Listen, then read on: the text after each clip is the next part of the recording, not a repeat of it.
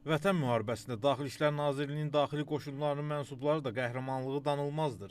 Zəfərlə başa çatan 44 günlük müharibədə daxili qoşunların şəxsi heyətindən 66 nəfər şəhid olub, 346 nəfər isə yaralanıb. Döyüşlərdə hərbi qulluq vəzifəsini yerinə yetirərkən igidlik və mərdlik nümayiş etdirdiklərinə görə daxili qoşunların 4 nəfər hərbi qulluqçusu Prezident İlham Əliyev tərəfindən Vətən müharibəsi qəhrəmanı adı verilib. Bunlar polkovnik Yusubov Zəfər Qəzənfəroğlu, polkovnik İmrəliyev Füzuli Şirastanoğlu, mayor Qaflanov Şixamir Oruzoğlu və kapitan Bədəlov Nicat Mehmanoğludur. Polkovnik Zəfər Yusubov.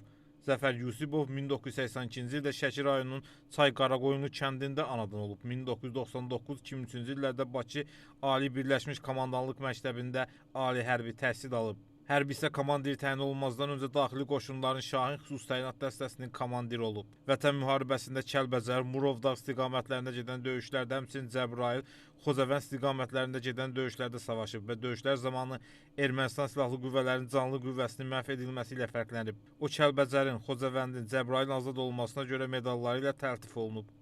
Şəhid mayor Şixamir Qaflanov.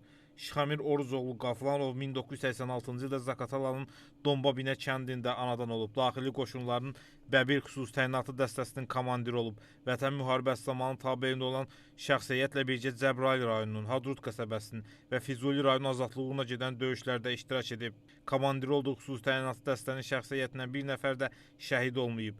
Tabeyində olan şəxs heyətlə qatıldığı 23 döyüşdə düşmənin canlı qüvvəsinin məhv edilməsində fərqlənib. Xüsusi təyinatlar arasında əfsanəvi Rembo ləqəbini qazanıb. Oktyabrın 19-da Füzuli istiqamətində şəhid olub. Polkovnik Füzuli İmrəliyev, Beyləqanda anadan olan polkovnik İmrəliyev əslən Cəbrayıl rayonundandır. Kobra xüsusi təyinatlı dəstəsinin komandiri Vətən müharibəsi zamanı Kəlbəcər, Cəbrayıl, Füzuli, Xocavənd istiqamətlərində Daşaltının azad edilməsində və Şuşanın azadlığı uğruna gedən döyüşlərdə xüsusi qəhrəmanlıq göstərib. Döyüşlər zamanı düşmənin canlı qüvvəsinin və texnikasının məhv edilməsində fərqlənib. Şuşa istiqamətində yaralanıb. Vətən müharibəsi qəhrəmanı Kəlbəcərin, Cəbrayılın, Füzulinin və Şuşanın azad olunmasına görə medalları ilə təltif olunub. Bədəlov Nicat Mehmanoğlu 12 dekabr 1989-cu ildə Qazax rayonunun Çaylı kəndində anadan olub. İlk döyüşü Murovdağ istiqamətində, daha sonra Cəbrayıl, Xocavənd, Füzuli və Şuşanın azad olması uğrunda olub. Bütün bu istiqamətlərdə gedən döyüşlərdə ön dəstədə vuruşub. Düşmənin xeyli sayda canlı qüvvəsinin məhv edilməsində iştirak edib. Füzuli və Şuşanın azad olunmasına görə medalları ilə təltif olunub. 2020-ci il dekabrında Vətən müharibəsi qəhrəmanı adı ilə təltif olunarkən Laçında xidmətdə olub.